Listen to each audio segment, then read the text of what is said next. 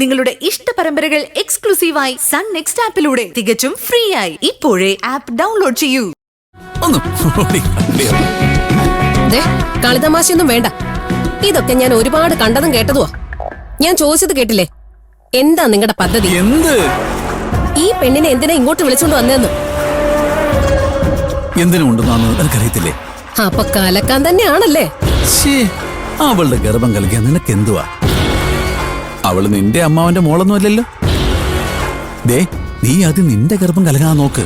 നിങ്ങളാണോ ആ ഗർഭത്തിന്റെ ഉത്തരവാദി? എടി, എന്റെ ഗർഭം ഇങ്ങനൊന്നല്ല നിനക്ക് അറിഞ്ഞൂടെ? പിന്നാരാ? ലൂയിസ് മുതലാളിയാണോ? അത് അയാളോട് തന്നെ ചോദിക്കണം. ഏതായാലും ഞാനല്ല. തൽക്കാലം അത് മാത്രം ഞാൻ ഉറപ്പ് തരാം. മതിയല്ലോ? മതിയല്ലോ?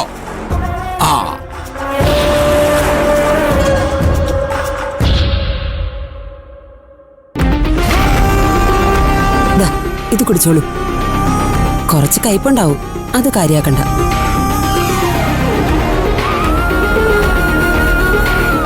കുടിച്ചോ.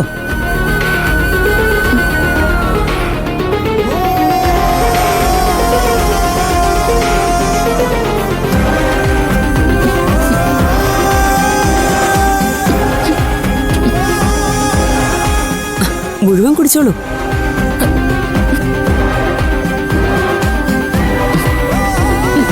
ചില ടാബ്ലറ്റ്സ് കൂടി തരാം. കൃത്യമായിട്ട് കഴിക്കണം കേട്ടോ. അതൊക്കെ ഞങ്ങൾ കഴിപ്പിച്ചോളാം. ഡോക്ടർ ധൈര്യമായിട്ട് മരുന്ന് കൊണ്ടെഴുതി തന്നാട്ടെ. ഈ മെഡിസിൻ എടുത്തോ.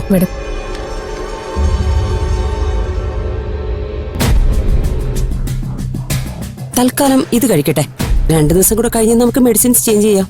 മതി, അത് മതി.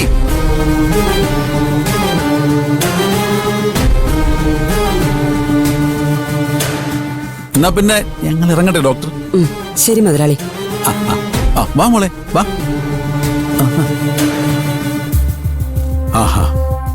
എന്നാ പിന്നെ നിങ്ങൾ വിട്ടോ. ഡോക്ടർ എന്നാ പറഞ്ഞു മുതലാളി? കുഴപ്പമൊന്നുമില്ല, നല്ല സ്ട്രോങ് ഗർഭമാ. 2 ദിവസം കഴിഞ്ഞ് വരാൻ പറഞ്ഞു. മരുന്ന ശരി, വാ മോളെ, വാ.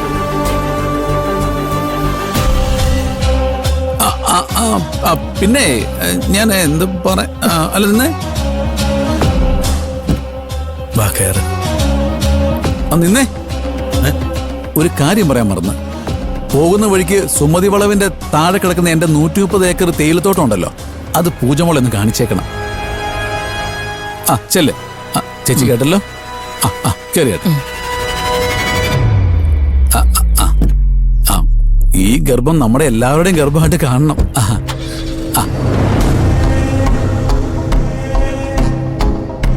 തേയിലത്തോട്ടം കാണിച്ചാ മതിയായിരുന്നു. ഭയങ്കര ഒലിപ്പീരാണല്ലോ. എന്താ നിങ്ങളുടെ ഉദ്ദേശം? എന്റെ കൃഷ്ണപ്രഭ, നീ എന്തിനാ ഇടക്കിടക്ക് ഇങ്ങനെയൊക്കെ ചോദിക്കുന്നത്? എനിക്കങ്ങനെ യാതൊരു ഉദ്ദേശവും ഇല്ല. ഉദ്ദേശം ഒന്നും ഇല്ലഞ്ഞിട്ടാണോ ഈ ഉത്തരവാദിത്വ കൂടുതൽ? ഞാൻ അറിയാത്തൊന്നും അല്ലല്ലോ നിങ്ങളെ. ഈ പ്രകടനം തന്നെ ആയിരുന്നല്ലോ തുടക്കത്തിൽ എന്റെ അടുത്തും. എന്റെ കൃഷ്ണപ്രഭേ, നീ എന്നെ തെറ്റിദ്ധരിച്ചേക്കുവാ കേട്ടോ. ഈ കൊച്ചുവാട് എനിക്ക് അങ്ങനെ യാതൊരു ഏർപ്പാടും ഇല്ല. പിന്നെ നമ്മുടെ ലൂയിസ് അച്ചായന്റെ കസിന്റെ മോളാവുമ്പോ നമ്മൾ വേണ്ടായോ എല്ലാ കാര്യവും ശ്രദ്ധിക്കാൻ? ശ്രദ്ധിച്ചോ? ആര് പറഞ്ഞു വേണ്ടെന്ന്? ശ്രദ്ധിച്ച് ഒടുക്കം പെണ്ണ് ഛർദിക്കുമ്പോ നിങ്ങളുടെ പേര് വിളിച്ച് പറയാതിരുന്നാ മതി. മോളെ മോളെ കൂളെ മിണ്ടി പോരുത്. ലോകം കണ്ട ഏറ്റവും വലിയ ചതിയനാ നിങ്ങള്. ഈ പെണ്ണ് ലൂയിസ് മുതലാളിയുടെ കസിനോ കിസിനോ ഒന്നും അല്ലെന്ന് എനിക്കറിയാം. എന്നെ ചതിച്ചതുപോലെ ആശാനും ശിഷ്യനും കൂടി ഈ പെണ്ണിനെ ചതിക്കാനാണ് പരിപാടിയെന്ന് എനിക്ക് വ്യക്തമായിട്ട് അറിയാം. അതിന് നിന്നെ ആര് ചതിച്ചു? നാക്ക് പുറത്തു വന്ന വർത്താനം പറയല്ലേ കൃഷ്ണപ്രഭേ. ഈ വരുന്ന ചിങ്ങം 17 നമ്മുടെ കല്യാണം ഇല്ലേ?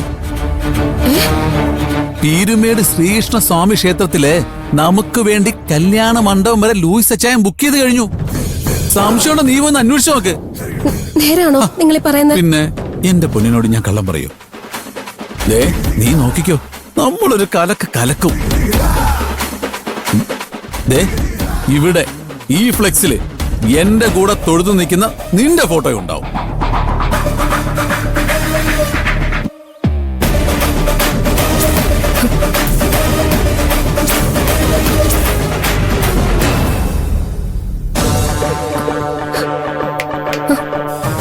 മോളെ നമ്പടിയേട്ടൻ പോട്ടെ മോളെ. ഈയിടെയായിട്ട് നിന്റെ സൗന്ദര്യം കുറച്ച് കൂടുന്നുണ്ട്. ആ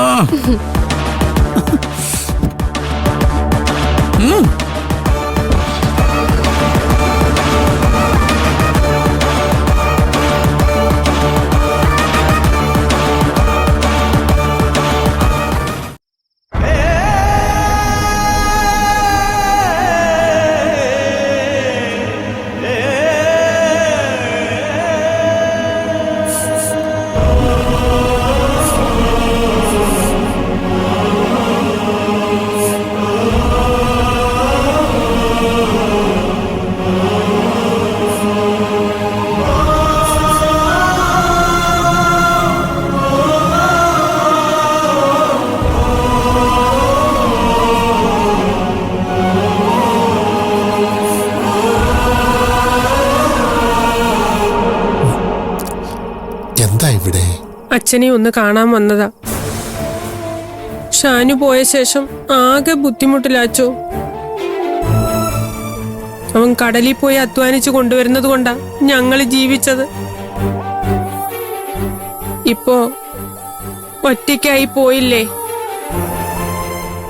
എന്തെങ്കിലും ഒരു പണി കിട്ടുമോന്നറിയാനാ ഞാൻ വന്നത്. പണിയെന്ന് പറയുമ്പോ അതിപ്പോ ഇടവകയിലുള്ളവർക്ക് തന്നെ കൊടുക്കാൻ ബുദ്ധിമുട്ടാ.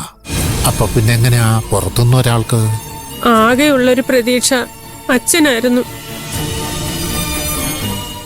നമ്മൾ തമ്മിൽ അങ്ങനെ ഒന്നും സംസാരിച്ചിട്ടില്ലെങ്കിലും ഷാനു പറഞ്ഞ് എനിക്ക് അച്ഛനെ നന്നായിട്ടറിയാം. ഷാനു എനിക്ക് ഒരുപാട് പ്രിയപ്പെട്ടവനായിരുന്നു. എന്റെ വിദ്യാർത്ഥിയായിട്ടല്ല, മകനായ ഞാൻ അവനെ കൂട്ടിയിരുന്നത്. അവൻ പോയതിന്റെ സങ്കടം എനിക്കിതുവരെ മാറിയിട്ടില്ല. ഷാനുവിൻ്റെ ഉമ്മ ഒന്ന് ഇങ്ങനൊരു ആവശ്യം പറയുമ്പോൾ നിരാശപ്പെടുത്തേണ്ടി വന്നതിൽ എനിക്ക് വല്ലാത്ത പ്രയാസമുണ്ട്. പക്ഷേ എൻ്റെ അവസ്ഥ അതായിപ്പോയി. ഞാൻ ഈ കസേരയിൽ ഇരിക്കുന്നേ ഉള്ളൂ. 1000 പേരോട് മറുപടി പറയണം. ഉറപ്പൊന്നും പറയുന്നില്ല, എന്നാലും ഞാനൊന്ന് ശ്രമിച്ചു നോക്കട്ടെ. ഒരു ശ്രമം, അത്രയുള്ളൂ. വരൂ.